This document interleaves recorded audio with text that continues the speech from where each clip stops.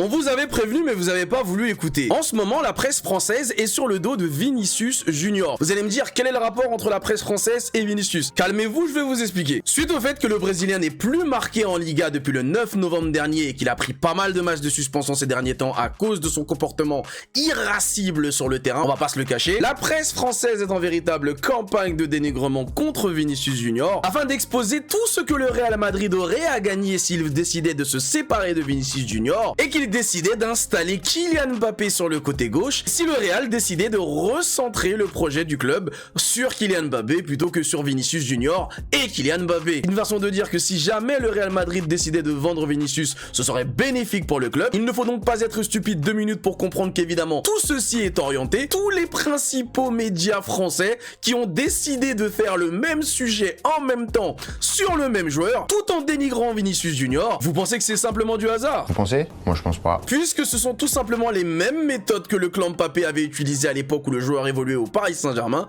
et dont justement nous nous plaignons, puisque ces méthodes fallacieuses ont toujours pour but de diviser le vestiaire afin de prendre le pouvoir de ces derniers et donner plus de pouvoir aux joueurs vis-à-vis de ses coéquipiers. C'est tout le modèle de fonctionnement du clan Mbappé que je détestais au Paris Saint-Germain et dont j'ai tenté de vous expliquer pendant des années mais vous vouliez pas écouter. La presse française mange littéralement dans la main de la mère de Kylian Mbappé et ce n'est pas la première fois qu'elle commande ce genre d'article à la presse française. Et quand on voit le nombre d'efforts qu'a fait Florentino Pérez pour justement avoir Kylian dans son équipe, ça ne me surprendrait absolument pas que lui aussi tombe dans le piège et décide de vendre Vinicius Junior dans la meilleure période de sa carrière afin que Kylian puisse obtenir le pouvoir qu'il souhaite au Real Madrid, là où on nous a pourtant expliqué que la grande institution ne se mettra jamais à genoux devant le clan Mbappé.